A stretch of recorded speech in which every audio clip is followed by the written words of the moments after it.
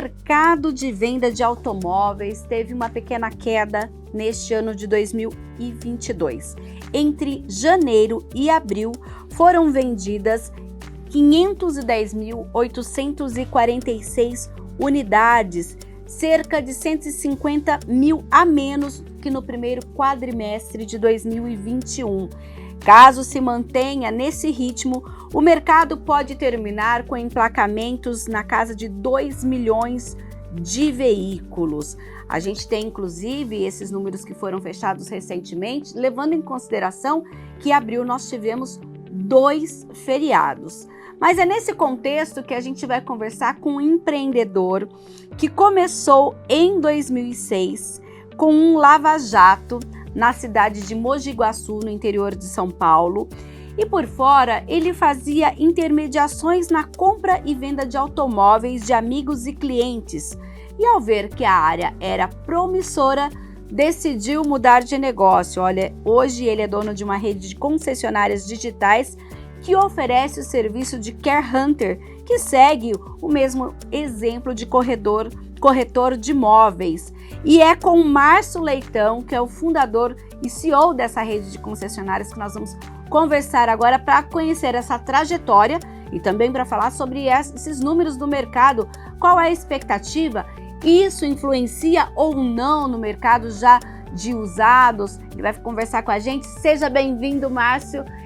E a minha primeira pergunta, antes de você falar da sua trajetória, é justamente sobre esses números. De certa forma, o que isso influencia ou não exatamente no seu negócio? Seja bem-vindo. Bom dia, Miriam, tudo bem? Obrigado pelo convite, tá? Primeiramente, prazer muito grande estar aqui com vocês. Bom, vamos lá. Nós realmente estamos tendo uma mudança no mercado, né? O mercado automotivo, nos últimos 2 anos, aí, ele oscilou muito.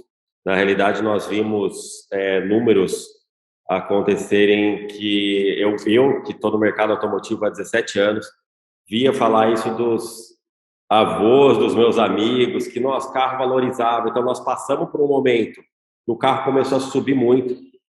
Clientes que compraram, por exemplo, uma Hilux em 2019, usou o carro, vendeu o carro em 2021 mais caro. Mas agora nós estamos tendo uma mudança de cenário, né, com relação a essa queda nas vendas. Isso traz, sim, um lado positivo para nós, que é a normalização dos valores, tá? Praticamente uma bolha, né, como aconteceu nos Estados Unidos, tudo subindo, subindo, subindo, e agora acho que é o momento que vai normalizar aí com relação a valores do zero e, consequentemente, do seminovo. Tá, e agora a gente vai contar, né? Você viu o preparo que o Márcio tem, por isso mesmo, olha, 17 anos no mercado, mas conta o início. Foi um início meio despretensioso quando você teve aquele seu primeiro empreendimento? Como foi essa história, Márcio? Foi sim. Na realidade, como eu tinha um lava rápido, né? Eu estava já nesse meio, né, do mercado automotivo. E eu tinha muitas parcerias com lojas, então as lojas levavam os carros lá para lavar para colocar no showroom. E aquilo me chamava muita atenção, porque eu via que tinha um mercado muito bom. Eu lavava o carro hoje, por exemplo, terça-feira, e passava ali 3, 4 dias. Ele, Márcio, esse aqui eu peguei na troca daquele que você preparou, que limpou e tal. E aquilo foi me chamando a atenção. Também a qualidade de vida financeira que esses proprietários de lojas tinham. E eu falei, bom, eu gostaria de entrar nesse mercado, mas eu não tinha capital suficiente, né, para investir naquilo. E eu comecei de forma informal, os clientes que iam até o Lava Rápido, eu falava, você quer trocar o carro? E acabava indicando para uma loja, ganhava uma comissão. Isso de forma muito informal, tá? Até que eu falei, bom, eu vou começar a oferecer, cuidar da venda para o meu cliente aqui que vem lavar o carro. E na época era tudo muito novo, questão de anúncio de carro em classificado online, essas coisas. Eu falava, né, para os meus clientes, eu vou tirar uma foto, eu vou trabalhar a venda do seu carro. E como eles não conheciam, por ser novo, aquilo, eu anunciava o carro, vendia e ganhava uma comissão por aquilo. Isso você já usava a internet ou não? Já usava, já comecei isso 17 anos atrás, utilizando a internet, sempre. Na realidade, hoje a gente tem aí praticamente 97% dos carros vendidos na rede se iniciaram a compra através da internet. Certo. E a partir desse momento que você agiu dessa forma, olha, viu como era o procedimento, estudou de certa forma o mercado, viu os concorrentes, em que momento você chegou e falou, eu preciso oficializar esse negócio? Ah, na realidade, nesse momento, eu estava fazendo isso de forma provisória ainda. O que eu pensei lá atrás, tá? Bom, eu vou ganhar essas comissões, vou juntar capital para poder abrir minha loja física, e foi o que aconteceu. Eu realmente investi na minha primeira loja, comprei meus primeiros carros, depois minha segunda loja. Porém, depois de um tempo atuando no mercado tradicional, ou seja, eu comecei a intermediação de forma provisória. Naquela época, Mirna, eu tinha até um pouco de receio das pessoas perguntarem, tá, mas qual é a sua loja? E eu não tinha, e não era comum intermediação como é hoje, né? E aconteceu que fiz aquilo provisório, quando abri as lojas, fiquei anos aí trabalhando como revendedor, uma loja tradicional, mas em 2017 eu comecei a perceber que o mercado estava mudando. O fato do vendedor de veículo ele não ser uma profissão regulamentada, é, hoje você pega o corretor de imóvel, ele é regulamentado pelo CRES, de seguro, pelo SUSEP, né?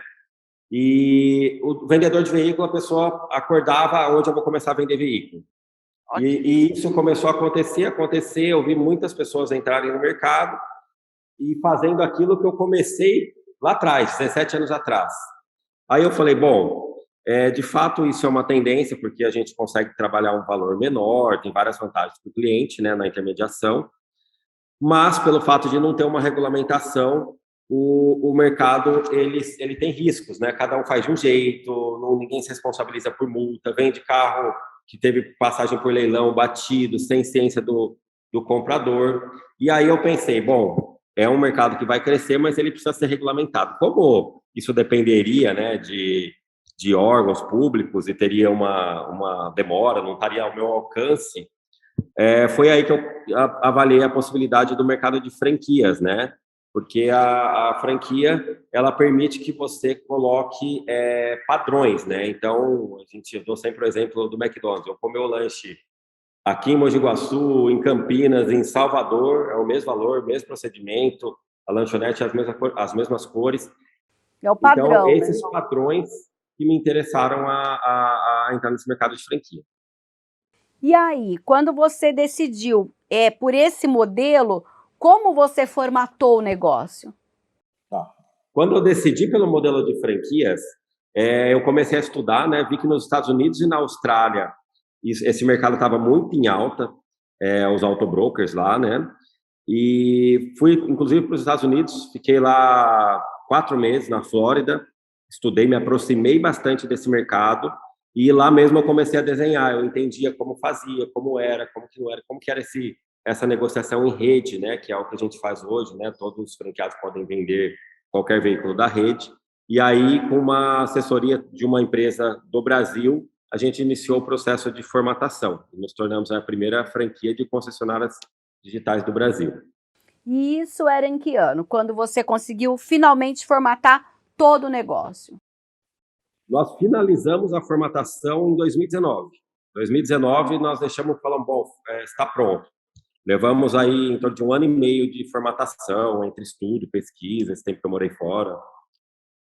Nesse período, é importante salientar, difícil não falar sobre isso, 2019, você começou com quantas unidades, quantas você tem hoje e qual foi o impacto da pandemia logo depois nesse período? A gente lembra que 2020, março de 2020, a pandemia estourou aqui no Brasil e muitos negócios foram afetados, o setor automotivo também. Exato. Em 2019, final de 2019, nós tínhamos os nossos primeiros 4 franqueados, tá? Aí entramos em 2020 e chegou em março e já tivemos esse desafio aí da pandemia. Mas para o nosso negócio, ele teve um lado que potencializou, tá? O que aconteceu? Logo em março, abril, quando tivemos aí o lockdown, tudo fechou. O que é natural acontecer em uma crise? O empresário, o microempresário, o médio, ele acaba, nesse lockdown, ele tinha que capitalizar, ele estava sem receita, a primeira coisa que ele faz é vender o carro. E quando esse empresário ele foi vender o carro, as concessionárias todas fechadas, ele não tinha onde oferecer. E aí ele começou na internet, né? Como vender meu carro, onde vender meu carro. E aí nós tivemos um aumento significativo de pessoas buscando o nosso serviço e, consequentemente, inclusive, muitas dos franqueados de 2020, uma porcentagem, eles vieram vender o veículo, gostaram do modelo de negócio, acabaram investindo e se tornaram um franqueado. Então, nós, na realidade, em 2020, quando tivemos o lockdown, praticamente, por ser uma concessionária digital, nós não tivemos quase nenhuma adaptação para o lockdown, a não ser a utilização de máscara, né, o procedimento, o protocolo que era exigido. Os negócios digitais foram bem nesse período, né, Márcio? Muito bem, exato. Enquanto as concessionárias físicas estavam fechadas, nós online ali trabalhando, nadando sozinho nesse mar. Então, isso potencializou muito. Quando a gente pensa nesse negócio digital, vamos destrinchá-lo para quem está em casa. Então, vamos supor, eu tenho um carro, eu quero vender, eu entro na plataforma de vocês, preencho alguns requisitos e anuncio o meu carro. Como funciona? Bom, vamos lá. Para eu te explicar isso, eu vou te apresentar as 3 formas tradicionais de se vender um veículo, tá? Existia. A primeira, eu ia até uma concessionária tradicional, vendia meu carro lá. Qual que é o principal gap dessa modalidade? A concessionária ela tem custos operacionais altos, então ela acaba aplicando uma depreciação bem alta no meu carro. Então, o cliente vai lá com um carro de 100 mil, recebe a proposta de 70, então o principal gap é esse. Segunda forma que existia aí tradicional de se vender um veículo. Eu deixava consignado, vou numa loja, coloco meu carro lá, principal gap, eu acabo ficando a pé, né, nesse momento, eu fico sem meu carro, e a venda ela acaba sendo uma venda lenta, porque o lojista ele prioriza a venda do estoque próprio. E a terceira forma que se existia era o próprio anunciar o veículo. Então, vou em portais de anúncio, coloco lá, tiro as fotos do meu carro, coloco, anuncio. Porém, muitas pessoas não querem se expor, colocar número de telefone, não sabe quem vai receber em casa, não tem tempo. Imagina um médico, um advogado, está lá numa cirurgia, um médico e uma pessoa ligando, e a quilometragem, manual, revisão.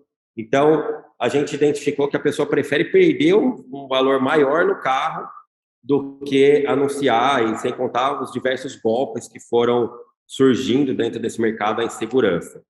E nós, aqui da BMZ, nós trouxemos uma quarta forma, que o autobroker. Nada mais é que um corretor de veículos. Então, você deseja vender o seu carro, você se cadastrou lá no nosso site, nós vamos te ajudar a precificar o carro. Então, eu vou te falar, o seu carro, dentro dessa quilometragem, esse ano, o valor médio é tanto, nós vamos sugerir a precificação. Aí, a gente acordando, eu vou até você, no seu local de trabalho, na sua casa, vou tirar fotos profissionais do seu carro, e somos nós quem vamos trabalhar essa venda online. Então, nós vamos anunciar. Então, a partir do momento que começar a ter propostas, ligações, nós vamos refinar, entender, se tiver troca, nós vamos viabilizar. E eu só vou entrar em contato com você quando, de fato, tiver um potencial cliente. Vou pedir para você, estou indo na quinta-feira apresentar o seu carro, vou pedir para você deixar o carro limpo, chego antes, eu que apresento, e a venda avançando, toda a parte burocrática, contrato, vamos acompanhar pagamento. Então, na realidade, nós fazemos ali todo o acompanhamento para fazer uma negociação segura e vender pelo valor final, né, o valor justo. Sem dor de cabeça para o cliente. Sem dor de cabeça. Inclusive, esse trabalho todo, ele só gera um custo para você se nós efetivarmos a venda do veículo. Se você não tiver a venda concluída através da BMZ, você não tem custo nenhum. Então, a gente tem bastante segurança aí no que a gente faz, confiança, né? E por isso a gente tem uma condição bem legal como essa. Um negócio, com certeza, quando a gente fala em venda de automóvel, muito diferente daquilo que a gente está acostumado. Partindo, então, desse modelo, como seria uma franquia? Porque franquia, geralmente, a gente pensa num espaço que tem aquele padrão. No caso, o padrão de vocês é a metodologia, é isso? Isso, exato. Os nossos franqueados, eles são home office. eles não precisam de estoque físico. Como o nosso negócio ele acontece totalmente online, então a gente conhece o cliente para ali, agenda, né, a vistoria do carro pelo nosso site, etc. O nosso franqueado ele não precisa ter um ponto físico, até porque o único momento que a gente passa a estar fisicamente no local é na hora de apresentar o veículo seminovo, e nós que acabamos indo até o nosso cliente vendedor. Então, nós não dependemos, para gerar comodidade, né, nós não dependemos de um local físico aí, o nosso franqueado, ele trabalha home office. Hoje vocês têm quantos franqueados? Hoje nós estamos com 300 franqueados. Brasil todo? Brasil todo. Principais estados do Brasil, nós estamos. E o franqueado, ele precisa investir quanto para entrar no negócio? A nossa taxa de franquia, né, o investimento inicial é de R$28 mil. Ele investe esses 28 mil, aí ele recebe todo o treinamento, know-how, sistema, estrutura de marketing, jurídico. Então, ele passa a ter a sua concessionária digital ali com investimento de 28 mil. Eu abri esse bloco, Márcio, falando justamente dessa tendência, e você falou muito bem dessa questão do mercado, né? Essa retração, digamos assim.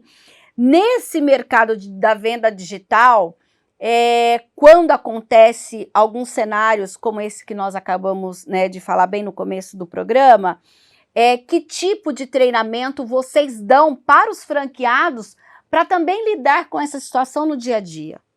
Tá. Como que funciona? Nós temos aqui o nosso time de consultores, tá? Que dá um acompanhamento para o franqueado, e além da transferência de know-how que ele recebe quando ele compra a franquia, né? Ele aprende tudo sobre carro, como precificar, como avaliar, como fazer um test drive, como gerar um financiamento. A franquia, ela possibilita ele acesso a treinamentos contínuos, a gente chama de update, a gente tem a cada 15 dias, e nesses treinamentos a gente avalia mercado. Então, vamos supor, nós estamos agora com bastante busca num determinado veículo SUV de ano tal a tal. Então, a gente traz isso para o nosso franqueado para que ele consiga buscar veículos ali que estão com o mercado mais aquecido. Então, a gente vai sempre tentando driblar ali o mercado, né, buscando alternativas que conseguimos atingir vendas, né, buscar o nosso objetivo. Falando em objetivo, nós estamos praticamente na metade de 2022. Quais os objetivos das concessionárias digitais? Bom, nós estamos, a cada mês, é impressionante que a gente tem um crescimento aí do número de usuários para o nosso serviço, tá? Embora o mercado automotivo ele teve esse impacto, né, que você citou inicialmente, nós temos um número muito grande de pessoas que querem vender o carro, que querem trocar o carro, mas que não querem ter uma depreciação muito alta. Então, nós estamos previsto para até o final do ano de 2022, um aumento de 37% nas intermediações que a marca realiza com relação ao ano de 2021. Tá? É um número bem legal. E com relação a números de unidades franqueadas, continuamos também num ritmo bem acelerado de crescimento e queremos fechar o ano com 500 unidades franqueadas no Brasil. Agora, para finalizar, Márcio, o que você diria para quem está em casa, está assistindo, pensa em empreender? Eu achei bem legal que você tinha um outro negócio e teve essa visão, né, em aproveitar oportunidades. Às vezes a gente traz até quem empreende por necessidade, mas fala um pouquinho dessa visão de oportunidades. Tá. Bom, eu acredito muito que o empreender, né, buscar novas oportunidades, ela tem muita relação com a coragem, que eu acho que é uma característica do empreendedor, tá? Eu sempre falo, eu tive esse momento, eu tive lojas tradicionais e minhas lojas com uma carteira de cliente fiel, faturando, e mesmo assim eu acabei falando, bom, eu preciso me atualizar, mudar, e eu brinco que eu troquei o certo pelo incerto. E eu acho que isso é uma das principais características do empreendedor, ele tem que ter a coragem, né? Na realidade, muitas pessoas naquela época falavam, nossa, Márcio, mas você vai apostar num negócio que não tem no Brasil, que é novo e tal, que você que está trazendo um pouco de metodologia de fora, criando, adaptando para o Brasil. Eu falava, vou sim. Então, assim, existe muitas oportunidades, né, de se empreender no nosso país. Nosso país é um país cheio de problema, e quando tem muito problema, tem muita oportunidade para ser resolvidas, né? Que foi uma delas que eu resolvi aqui com esses exemplos que eu te dei do modelo de venda tradicional. Mas para tudo isso, eu acho que o fator principal eu tenho que, sim, que ter sinergia com aquilo, eu tenho que gostar de carro, ser apaixonado, né, por aquilo que eu vou fazer. Tenho que ter coragem, a coragem é um fator determinante. E também resiliência, né? Eu falo que eu estar motivado todos os dias, eu não vou estar, mas eu tenho que ter determinação para todos os dias buscar aquele meu objetivo e assim atingir o resultado. Então, acho que a soma desses 3 pontos são os essenciais aí para um empreendedor de sucesso. Márcio Leitão, obrigada pela sua participação, muito sucesso e até uma próxima oportunidade. Eu que agradeço, tá? Muito obrigado pelo convite mais uma vez. E assim a gente encerra o primeiro bloco do Ser Empreendedor, lembrando que no segundo bloco nós vamos presencialmente conhecer uma história empreendedora, mas agora você fica com as dicas de livros e filmes sobre empreendedorismo. Até já!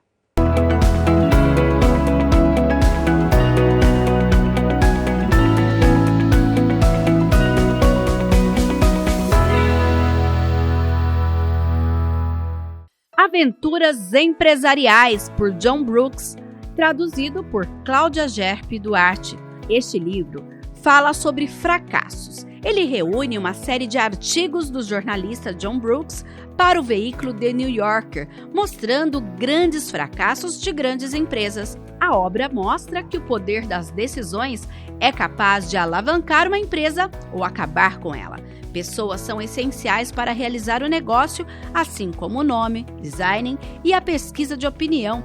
A escolha de ignorar esses elementos fez um lançamento da Ford ser um fracasso, por exemplo.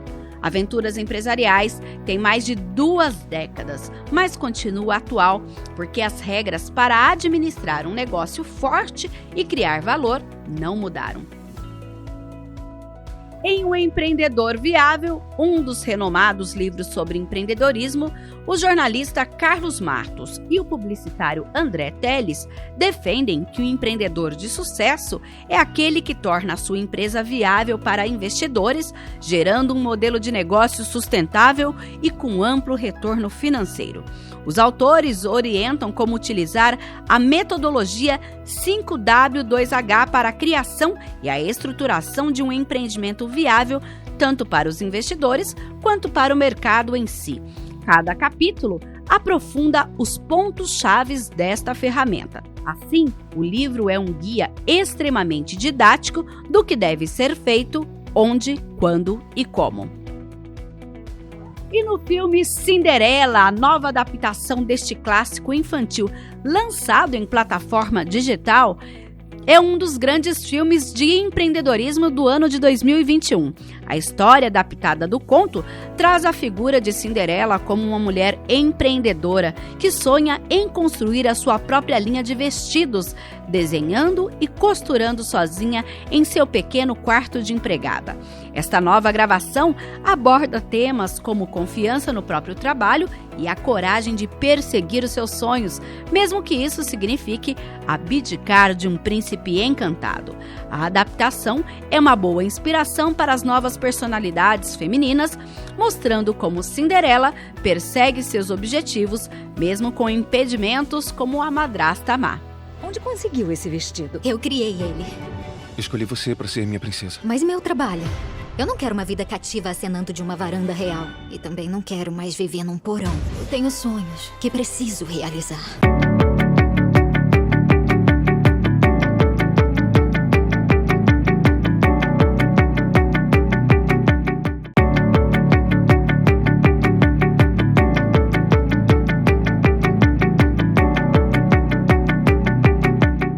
Busca por hábitos alimentares mais saudáveis e por opções de restaurantes e lanchonetes que atendam a essa demanda faz com que a previsão para o nicho de empreendedorismo em comida saudável seja positiva.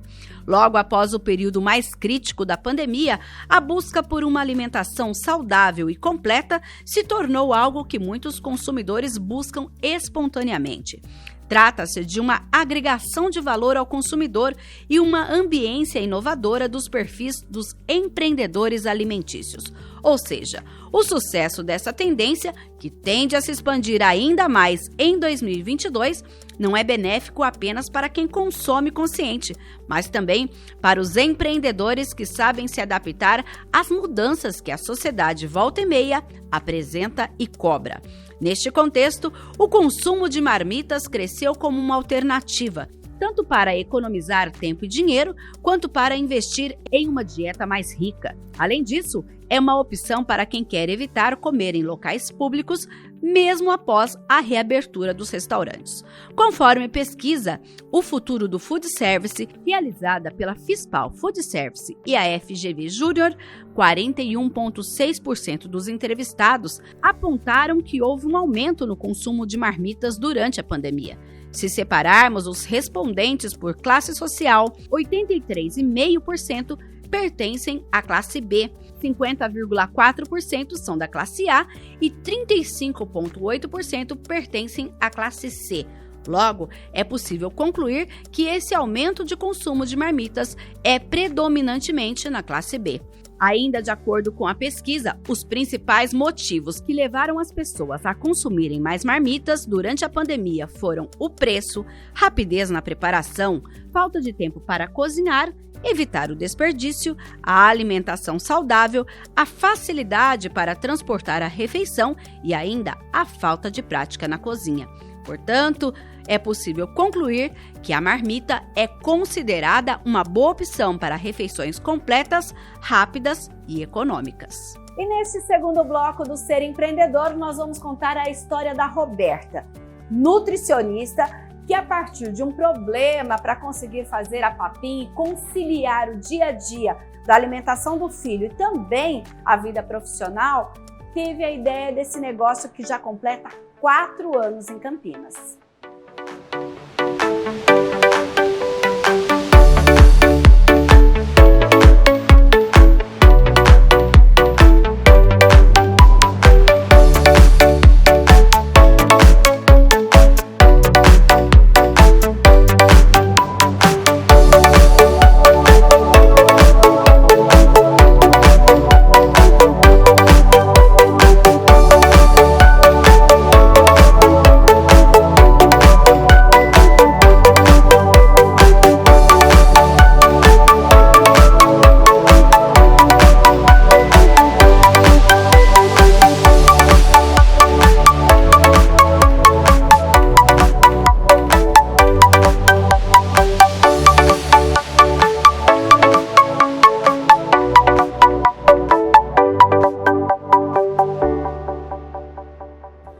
E a Roberta é quem vai contar pra gente essa história de empreender produzindo alimentação equilibrada a partir de uma dor que você teve quando seu filho era pequeno. É isso mesmo? Me conta, Roberta. Então, Mirna, é isso mesmo.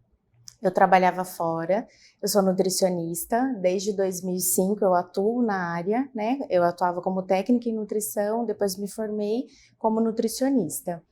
E aí eu tive o meu bebezinho, o Gustavo, e eu vi a necessidade que as mães, que ali a gente compartilhava no condomínio, e a dificuldade de fazer as papinhas, de fornecer uma alimentação mais equilibrada, porque todas trabalhavam, chegavam cansadas do trabalho e não conseguiam preparar os alimentos na porção, na forma adequada. E aí eu comecei a fazer as papinhas para o Gustavo e congelar e falar com as mães ali mesmo do condomínio, elas se interessaram, e outras pessoas de fora também, que eu comecei a postar nas redes sociais, e foi aí que começou o Simples e Natural. Depois eu introduzi saladas, as sopas, porque aí chegou o inverno, e eu produzia tudo isso na minha cozinha, num apartamento, numa cozinha de 10 metros quadrados. E aí, com 3 meses, nós vimos a necessidade de comprar um freezer para poder armazenar essas papinhas e as sopas, porque era o período do inverno. E aí começou a sair uma quantidade grande. A gente vendia só para o pessoal ali do prédio, do condomínio mesmo. Naquele período, você atuava ainda numa outra empresa ou você saiu desse emprego e passou a se dedicar ao seu negócio? A minha vida era uma loucura. Eu prestava consultoria para 3 empresas, para colégios também, e eu tinha que dar conta, né, do trabalho, da casa e da alimentação e o cuidado do Gustavo. Então era bem difícil e eu senti isso na pele, né, a dificuldade que a mãe tem em preparar as porções adequadas para o filho, né? Porque você chega cansada do trabalho, e faz ali alguma coisa rapidinho. Então a papinha estando pronta, só aquecer, nossa, facilitava super a vida, né? Sim, nesse período que você conta, que comprou o freezer, aumentou a produção, salada, sopa e tudo mais, você continua ainda prestando consultoria para as outras empresas. Como foi conciliar toda essa vida? Super desafiador, porque eu dormia 1h da manhã todos os dias. E eu tinha que acordar no dia seguinte super cedo, fora que a gente não dorme muito bem, porque tem um bebê, né, uma criança pequena que não deixa a gente dormir, acorda várias vezes à noite. Eu fiquei nessa rotina maluca por 4 meses. E aí, depois eu falei, não dá mais, eu não dou conta.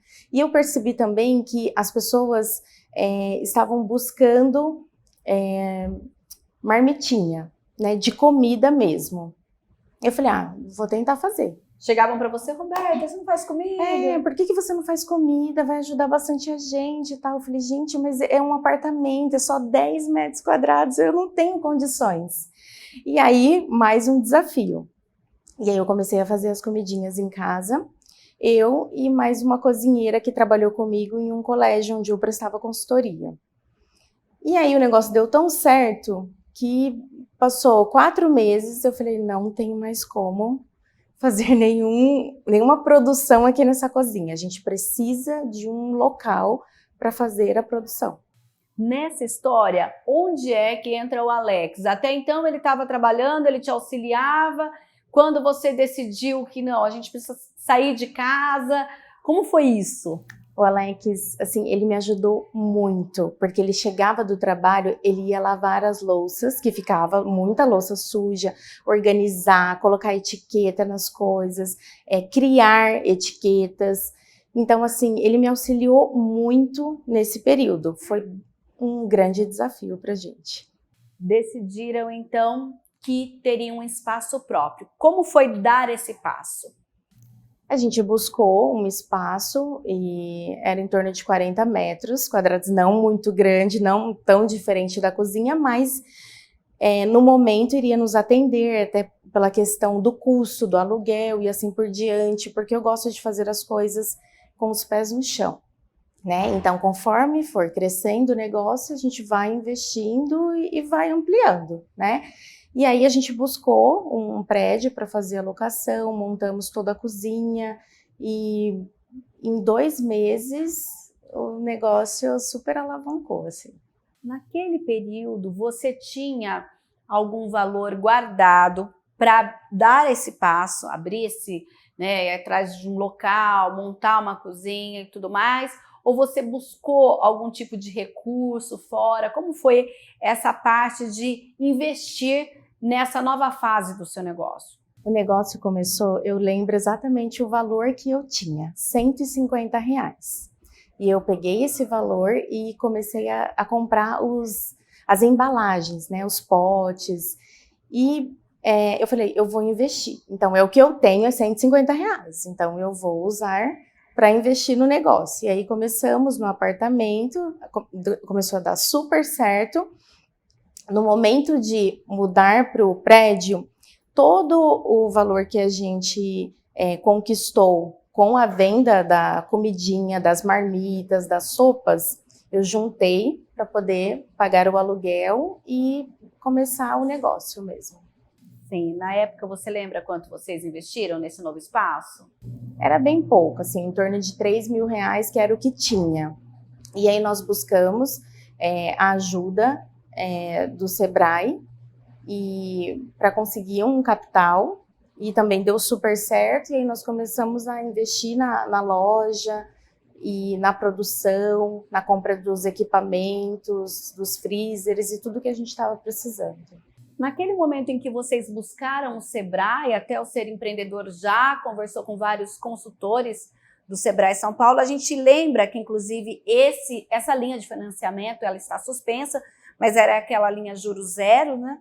Que além de ter a questão do dinheiro, também tinha uma certa consultoria ali dos técnicos do Sebrae. Vocês utilizaram tudo que eles poderiam oferecer naquele momento? Tudo. Essa consultoria nos ajudou muito, né?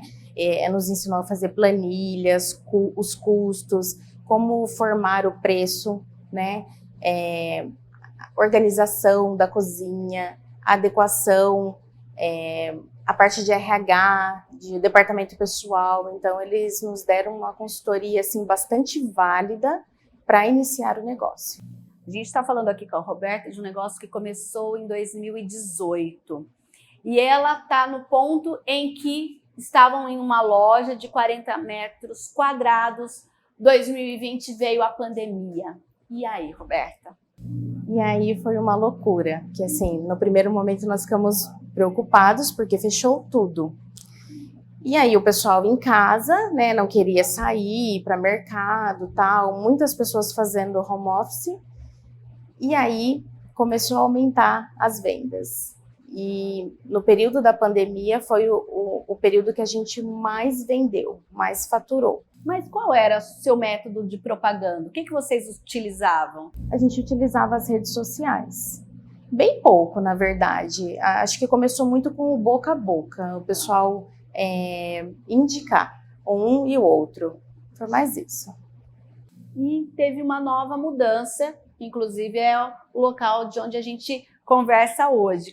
Me fala dessa nova mudança, Roberta.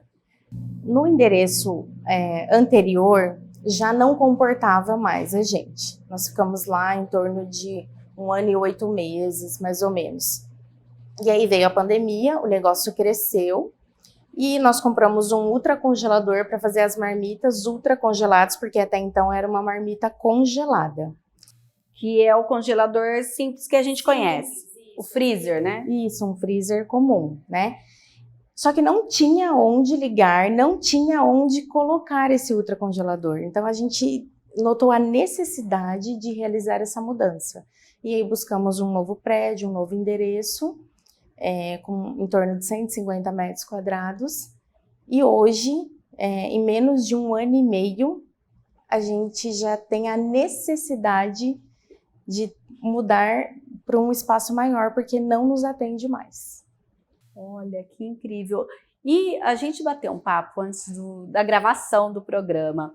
E a Roberta e o Alex contaram para nós que no início era um freezer, não tinha essas ilhas que aparecem aqui atrás. Como foi isso? Foi crescendo e vocês foram buscar os equipamentos necessários? Me fala um pouquinho dessa história. Isso, nós mudamos para esse endereço em outubro. De quando? 2020? Isso, 2020. Em janeiro, já houve a necessidade de mudar todo o layout da loja, porque era um freezer vertical grande, só que não comportava mais. Aí tivemos que colocar uma ilha, aí no mês seguinte mais uma ilha, mais um freezer. Então mudamos o layout da loja com a arquiteta 3 vezes. Hoje são em quantos 3 freezers? meses.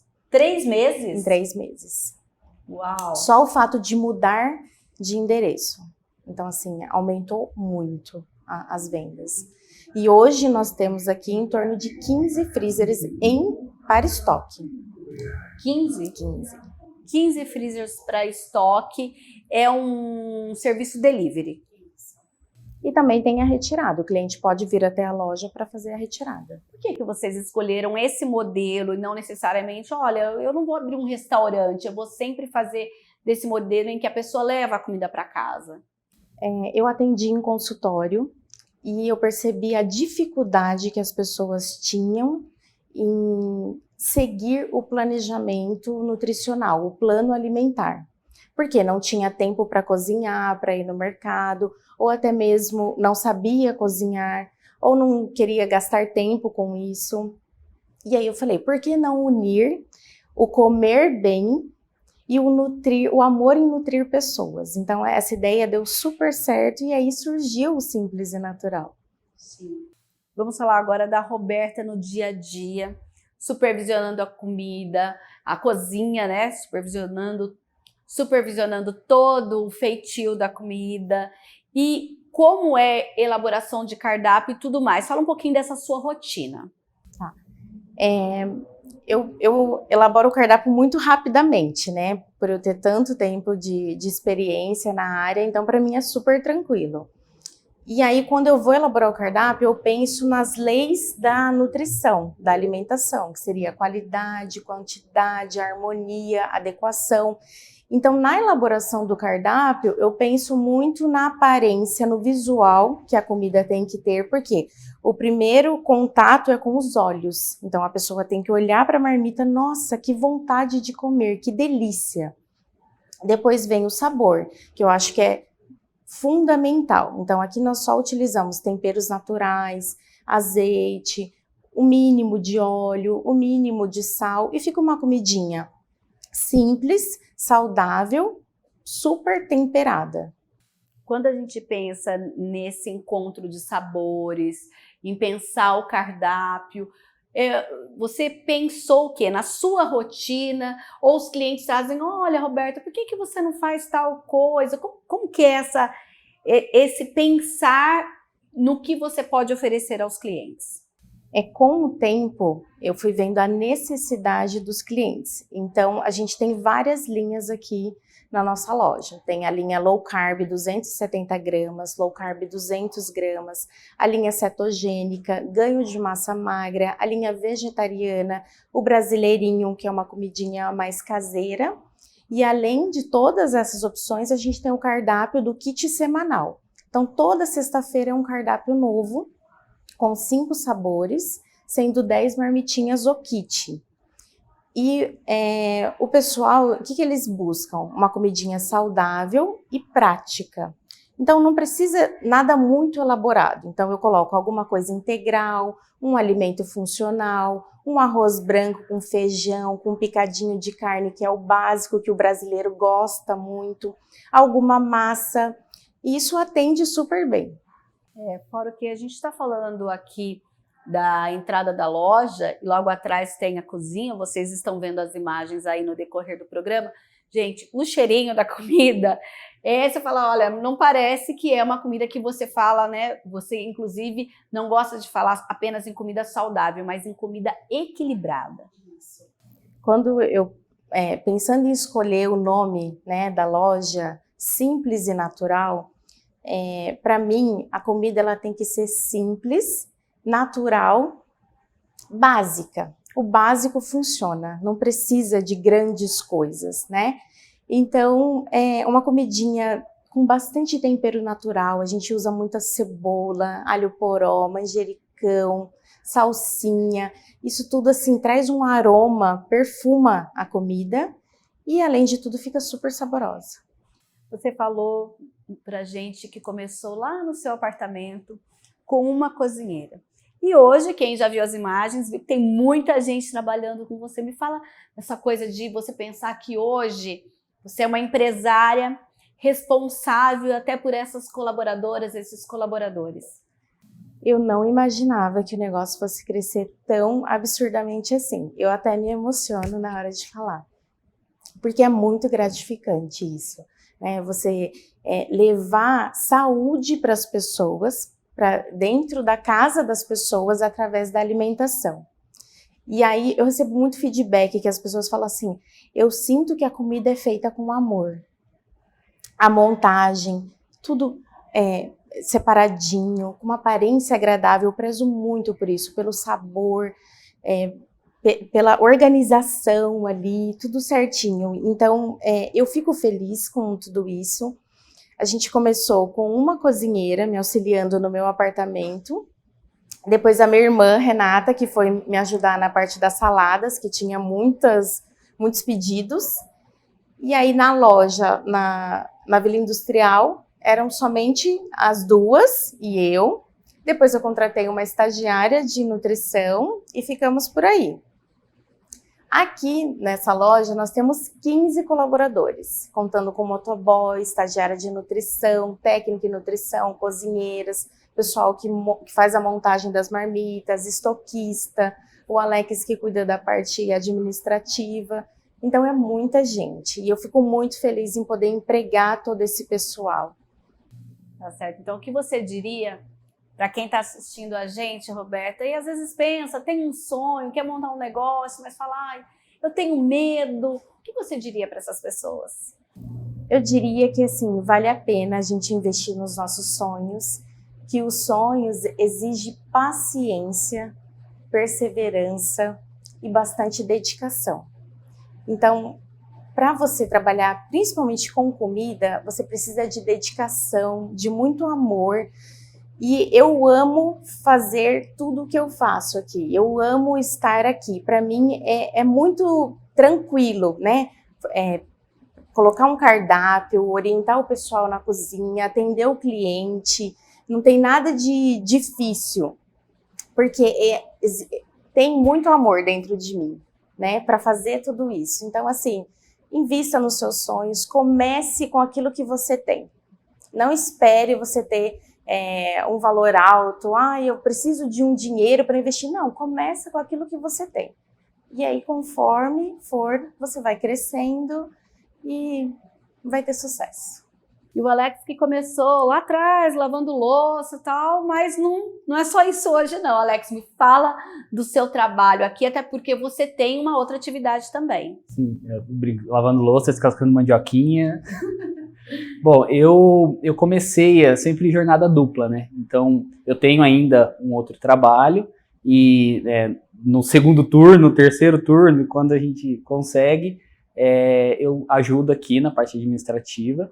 Então, eu comecei lá em 2018 junto com a Roberta, a gente realmente lavando louça, descascando mandioquinha, buscando, fazendo logo, começando as redes sociais, calculando os preços, custo, e ajudando em feiras. A gente começou indo muito em feira, até para testar os produtos, para conhecer o público e tal. Além do condomínio, tinha que ter uma opinião de fora também. Né? E foi legal isso, porque eu acho que nesse momento a gente começou a entender o público e também testar os produtos. Tinha produto, você ia para uma feira de um outro condomínio, e aí tinha um produto que saía mais, um que saía menos, o pessoal perguntava mais, você conversava com as pessoas, então a gente começou a sentir também o que o cliente queria, né?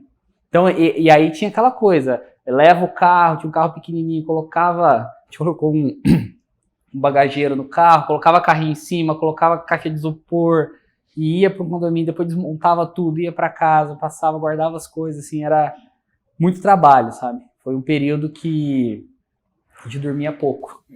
Qual foi o seu papel naquele momento em que vocês decidiram sair do apartamento e buscar um espaço para a loja e depois, em um segundo momento, mudar para esse espaço que é hoje? Bom, eu sempre cuidei dessa parte financeira, né, e administrativa e da parte de marketing. Então, o meu papel foi buscar alternativas. Então, naquele momento, a Roberta sempre foi focada no produto, no cliente, na produção. E aí, o que eu tinha que fazer? Eu tinha que achar uma forma, uma alternativa para a gente mudar. Então, conseguimos lá o auxílio do Sebrae com o Juro Zero. Daí, eu fui lá conversar, a gente foi junto, mas eu fiz o plano para fazer a mudança, todo o investimento, as cotações. Então, esse foi o meu papel, né? De sempre trazer esse lado do planejamento financeiro e administrativo para o negócio. Tanto lá na mudança para a Rua São Carlos, quanto aqui para o Cambuí. Então, aqui também. Precisamos mudar. Então, aquela coisa, dá para mudar? Dá para pagar? A gente consegue fazer esse investimento? Aí eu volto lá, vou fazer conta, dá para fazer. Vamos arriscar, vamos fazer. Então, parece que logo você vai ter que fazer conta de novo, né? Porque a Roberta disse que aqui já está ficando pequeno. Nós já estamos fazendo conta, já fizemos as contas, na verdade, a gente eu falei para ela, Roberta, dá. Então eu sempre projeto o futuro, né? Então eu olho, a gente está com essa quantidade de vendas, essa quantidade de produção, nossa margem de lucro, Assim, dá pra gente dar mais um passo? Dá, é a hora. E aí a gente vai e faz. De todas essas fases de investimento que vocês mencionam, quando vocês começaram a ter esse investimento de volta, em pensar em lucro e tudo mais? Ó, na verdade, assim, falando em margem de lucro, o negócio sempre foi lucrativo. Então vamos falar assim, bater o ponto de equilíbrio, foi no finalzinho de 2019 que a gente começou a conseguir até tirar um pequeno prolabore para a Roberta. Um ano depois, mais ou menos? Olha, foi mais de um ano. Foram praticamente quase 2 anos, 1 ano e 8 meses, mais ou menos. Contando do período que a gente começou em casa, né? Até quando ela conseguiu fazer essa primeira retirada. De lá para cá, na verdade, todo o processo, assim, todo o lucro foi sempre reinvestido. Tanto que a gente não precisou buscar muito investimento fora. Foi esse investimento inicial do juro zero, mas depois a gente foi sempre reinvestindo. Então, sobrava algum dinheiro, a gente reinvestia. É um freezer novo, um equipamento novo, mexia na estrutura da loja. E a gente começou também a investir em marketing. Durante a pandemia, acho que em maio de 2019, a gente percebeu que a gente precisava fortalecer as redes sociais. Então, a gente começou a receber muita gente, assim, perguntando, né, pelo Instagram e tal. E aí a gente começou a investir em foto, começou a trabalhar em embalagem, trabalhar em rótulo, fazer algumas campanhas mesmo dentro das redes sociais para a gente conseguir alavancar um pouco o negócio. E aí a gente sentiu uma mudança no negócio.